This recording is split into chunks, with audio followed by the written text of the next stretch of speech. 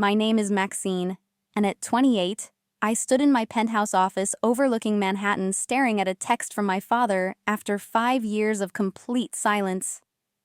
Congratulations on your success. Maybe we were wrong. The bitter irony nearly choked me. This was the same man who had called my wedding to David, a construction worker, the biggest disgrace to our family name. The same family who had disowned me for marrying beneath my status now wanted back in after Forbes announced my $680 million hotel empire. Before we dive into how I built an empire from nothing while my family tried to destroy me at every turn, I'd love to know where you're watching from today. If you've ever been told you weren't good enough or faced betrayal from those who should have loved you most, hit that like button and subscribe to hear how I turned their rejection into my greatest triumph. This story will show you that sometimes the family that breaks you actually gives you the strength to build something they could never achieve. Growing up as a Harrison meant living in a world where your last name opened doors before you even knocked. My father, Richard Harrison, had inherited a real estate empire in Boston that stretched back 4 generations, each one adding more properties and prestige to our portfolio. Mother came from the Whitmore banking dynasty, making our family merger something out of a business textbook. We lived in a sprawling estate in Beacon Hill, complete with staff who knew their place, and social calendars planned years in advance. I was the second of 4 children, positioned awkwardly between James, the golden son, with his Harvard MBA and perfect investment banking career, and the twins, Victoria and William, who embraced family expectations like designer clothing. Victoria channeled her privilege into a fashion house funded by family money, while William sailed through Harvard Law, destined to protect the family interests. Then there was me, Maxine, the one who asked too many questions at board meetings I was forced to attend from age 16. The Harrison way was simple, yet suffocating. We attended the right schools, dated the right people from the right families, and eventually married to create strategic alliances that would strengthen our business empire. Love was a luxury we couldn't afford if it didn't come with a proper pedigree and portfolio. I watched James court Catherine Ashford not because he loved her wit or warmth, but because her family owned commercial properties along the eastern seaboard that would complement our residential holdings perfectly. My entrepreneurial spirit manifested early, but in ways my family found amusing rather than admirable. At 12, I started a small business organizing estate sales for elderly neighbors, turning their forgotten treasures into tidy profits. Father patted my head and called it a cute hobby. At 16, I developed a software concept to streamline property management, but Mother worried it would make me seem too technical, not refined enough for a Harrison woman. By 20, I had a notebook full of business ideas that nobody in my family would take seriously. Everything changed the summer I turned 22. Father was breaking ground on his latest luxury development, Harrison Heights, and I was forced to attend the ceremony in my role as the dutiful daughter. That's where I met David Chen, the construction foreman who actually knew how to build things rather than just finance them. While my family networked under air-conditioned tents, I found myself drawn to the actual work site, fascinated by how abstract blueprints became concrete reality. David caught me studying the plans, expected me to play the spoiled heiress, but instead found himself explaining load-bearing walls and foundation requirements to someone genuinely interested. Our first real conversation lasted 3 hours, ranging from construction techniques to my dreams of revolutionizing the hospitality industry. He didn't laugh when I explained my vision for affordable luxury hotels that used technology to cut costs without sacrificing quality. Instead, he asked practical questions about implementation that nobody in my family had ever bothered to consider. We began meeting secretly, first under the pretense of site inspections, then openly admitting we simply wanted to see each other. David introduced me to a world where success meant something you built with your own hands, where respect was earned through competence rather than inheritance. His family had immigrated from Taiwan when he was 10, building their American dream one job at a time. His work ethic made my trust fund existence feel hollow. 6 months into our relationship, my younger sister Victoria spotted us at a small Vietnamese restaurant in Quincy. The family explosion was immediate and devastating. Father summoned me to his study, a dark-paneled room where Harrison patriarchs had made decisions for over a century. Mother sat in the corner, clutching her pearls as if David's existence physically hurt her. The ultimatum was simple: end this inappropriate relationship immediately, or lose everything. The trust fund, the family name, the carefully curated future they'd planned for me. I chose David. I chose love over legacy, authenticity over artifice. The disownment was swift and surgical. James delivered the news that I was no longer welcome at Harrison Enterprises. Victoria blocked me on all social media platforms. William, ever the lawyer, made sure I understood the legal ramifications of my choice. Only my cousin Grace seemed sympathetic, hugging me goodbye with tears in her eyes. I didn't know then that those tears were for her own guilty conscience rather than my situation. David and I eloped 2 weeks later at Boston City Hall with only his family as witnesses. His parents welcomed me with the warmth mine had withdrawn, his sister lending me a simple white dress that meant more than any designer gown ever could. I texted my family about the wedding, one last olive branch extended. Their response came in the form of deafening silence. I thought that was the end of it, that we would simply live separate lives. I had no idea how wrong I was, how much further they would go to punish me for breaking ranks. 3 months after our City Hall ceremony, I made what I now recognize as a naive mistake.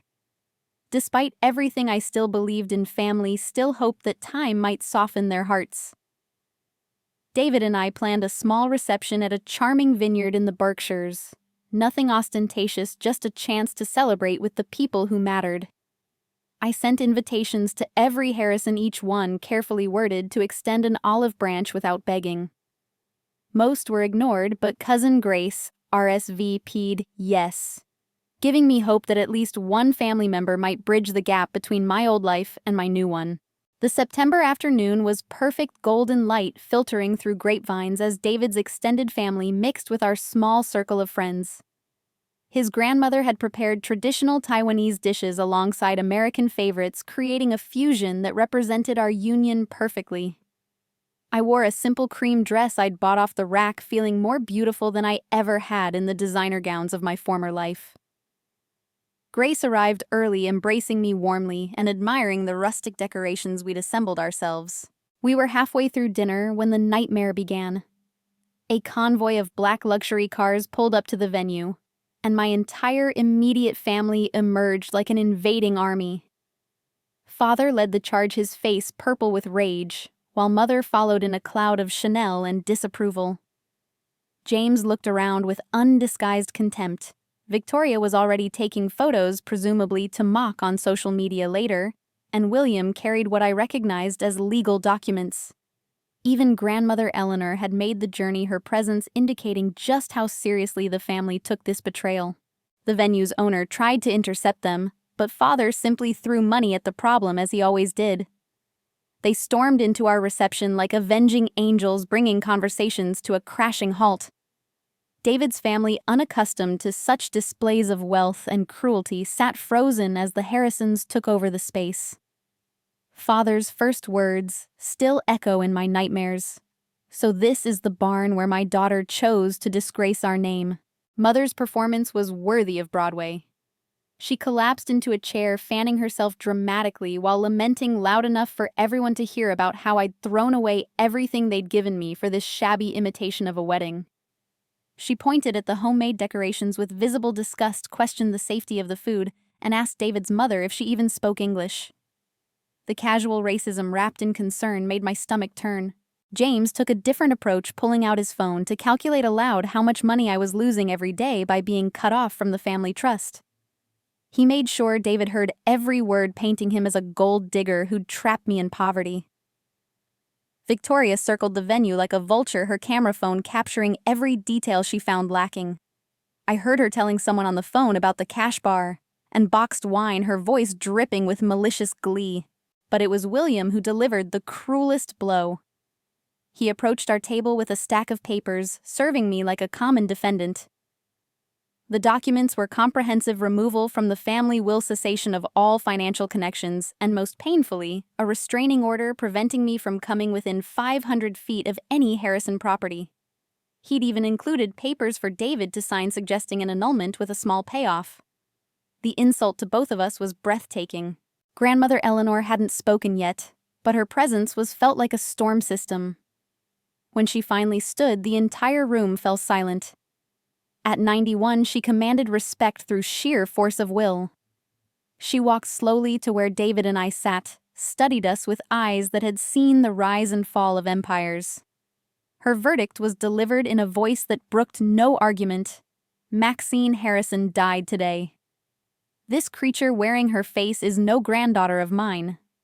The Harrison name will not be sullied by association with those who forget their place.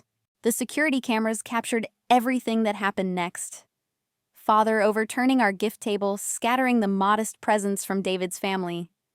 Mother accidentally spilling red wine on my dress, though her smirk suggested it wasn't accidental at all. James cornering David's cousins, interrogating them about their immigration status. Victoria posting live updates to her Instagram hashtags like trashy wedding and family shame trending among Boston's elite. William ensuring every guest understood the legal ramifications of associating with us. As quickly as they'd arrived, they left, but not before Father delivered his parting shot directly to David. Enjoy her while it lasts, boy. Harrison women always come crawling back when reality sets in. I give it 6 months before she's begging for forgiveness. They swept out, leaving destruction in their wake, having successfully turned what should have been a celebration into a humiliation. David's family rallied around us immediately, his mother holding me as I sobbed, his father assuring David that family meant more than money. Our friends tried to salvage the evening, but the damage was done. It was Grace who surprised me most, slipping an envelope into my hand as she prepared to leave. "I'm so sorry," she whispered, and I thought she meant for their behavior. Inside was a check for $50,000 and a note, "For your dreams. They're wrong about you." It would be years before I understood the full weight of her apology. The security footage from that night would become crucial evidence later, but at that moment, all I knew was that my family had declared war. They weren't content with disownment. They needed to destroy me publicly to make an example of what happened to Harrisons who defied convention. David held me that night as I grieved not just for the family I'd lost, but for the family I'd never actually had. Their cruelty had revealed the truth their love had always been conditional, based on obedience rather than affection. But in losing them, I'd gained something far more valuable: the freedom to build my own empire, one where love and merit mattered more than bloodlines. The aftermath of our reception disaster forced David and me to confront reality with brutal honesty. We moved into a 1-bedroom apartment in Queens, a far cry from the Beacon Hill mansion where I'd spent my childhood. The walls were thin, the heating temperamental, and the nearest grocery store required a 20-minute walk, but it was ours. David continued his construction work, often coming home covered in dust and exhaustion, while I faced the harsh truth that a lifetime of privilege had prepared me for absolutely nothing practical. My first job was as a night desk clerk at a budget motel near JFK Airport. The irony wasn't lost on me, a Harrison serving travelers in a place my family would consider beneath their notice. The second job came during the day, bookkeeping for a small chain of dry cleaners whose owner took pity on my situation. The third was weekend night, auditing for another hotel where I learned more about the hospitality industry from the ground up than any MBA program could have taught me. I was working 90 hours a week, falling asleep on the subway between jobs, but each paycheck was mine, earned without the Harrison name or connections. It was during those exhausting months that my business idea crystallized. Working in budget hotels, I saw inefficiency everywhere. Staff scheduling was chaotic, inventory management, non-existent customer service, inconsistent. Yet travelers still paid premium prices for substandard experiences. I started taking notes, obsessively filling journals with observations about where money was wasted and opportunities missed. David would find me asleep at our tiny kitchen table, surrounded by spreadsheets and business plans, my laptop battery dead from overuse. My vision was simple but revolutionary: affordable luxury hotels that used technology to eliminate inefficiencies without sacrificing quality. Smart room controls to reduce energy costs. automated check-in to cut staffing needs, predictive maintenance systems to prevent expensive repairs. The savings would be passed to guests while maintaining higher standards than traditional budget chains. I spent every free moment refining the concept, creating financial projections that showed potential returns that seemed too good to be true. The first bank laughed me out of their office. Without the Harrison name, I was nobody, just another dreamer with an untested idea. The second bank was more polite, but equally dismissive. By the 10th rejection, I'd learned to steel myself for disappointment. David never wavered in his support, taking extra shifts to keep us afloat, while I chased a dream that seemed increasingly impossible. His faith kept me going when my own faltered. The harassment from my family continued, even as I struggled to build something new. Anonymous complaints to my employers about my work performance. Mysterious credit report inquiries that damaged my score. Former family friends who happened to show up at banks right before my appointments, poisoning the well with whispers about the disgraced Harrison daughter. James was particularly vindictive, using his investment banking connections to ensure doors slammed in my face before I could even knock. After 2 years and 47 rejections, I was ready to give up. David found me crying over another declined loan application, the weight of constant failure crushing my spirit. He held me close and reminded me that his family had faced worse, that the American dream was built on persistence in the face of rejection. His grandmother had started with nothing and built a successful restaurant. His parents had overcome language barriers and discrimination. If they could do it, so could we. The 48th attempt changed everything. Marcus Webb wasn't a typical venture capitalist. He was old money like my family, but had a reputation for backing underdogs and disrupting established industries. More importantly, I learned he had a 3-decade-old grudge against my father over a deal gone wrong. When his assistant scheduled our meeting, I knew this might be my only real chance. I pitched like my life depended on it, because in many ways it did. Webb listened intently as I walked through my automation concepts, the predictive analytics that would anticipate guest needs, the modular design that would reduce construction costs. He asked pointed questions about scalability, market penetration, competitive advantages. For 3 hours, I defended every assumption, justified every projection. When he finally spoke, his words changed my life. I'm in for $2 million, but not because I believe in your numbers. I believe in your hunger. The first property in Newark was the abandoned motel that nobody wanted. David's construction connections proved invaluable, getting renovation costs down to a fraction of standard rates. His crew worked weekends for cash and future promises. I lived on site during construction, managing contractors during the day and refining operational systems at night. Every dollar was stretched, every decision analyzed for maximum impact. Opening day arrived with no fanfare from the hospitality press my family influenced, but travel bloggers noticed something different. The rooms were spotless, the technology seamless, the prices revolutionary. Guest reviews poured in, consistently praising the experience that exceeded expectations. Occupancy hit 80% within 3 months, unheard of for a new property in that market. Revenue projections weren't just met, but exceeded by 40%. Grace had been quietly promoting us through anonymous travel blogs and social media accounts, driving traffic our way without my knowledge. Her $50,000 had gone toward critical technology infrastructure, giving us an edge competitors couldn't match. I thought she was our secret guardian angel, never suspecting her true motivations. Success bred success, and within 18 months we'd secured funding for a second property. The business model proved itself repeatedly. Each hotel opened stronger than the last, word of mouth spreading about the chain that delivered 5-star experiences at 3-star prices. Industry publications couldn't ignore us anymore, running features about the automation revolution in hospitality.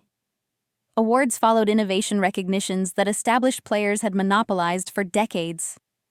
David's company grew alongside mine, handling all our construction needs while building a reputation for quality and efficiency.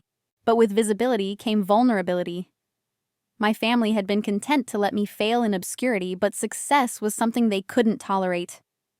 The real war was about to begin, and they would use every weapon in their considerable arsenal to destroy what I'd built from nothing. What they didn't understand was that building from ashes had forged me into something harder than any Harrison privilege could create. I was no longer the daughter they'd discarded. I was their competition. Success has a way of echoing through social circles, and by year 3, my hotels were generating buzz that reached Boston's elite society. The Herald ran a feature on innovative New England entrepreneurs, and there I was, photographed in my Newark properties lobby, no longer a Harrison, but building something more valuable than inherited wealth. That article triggered an escalation in my family's campaign against me that transformed from petty harassment into calculated destruction. The whispers started first poison spreading through investor circles with the efficiency of a well-funded PR campaign. James leveraged his position at Thornton Capital to spread rumors about my company's finances. The story was always the same: I'd stolen proprietary Harrison Enterprises information, used family trade secrets to build my business.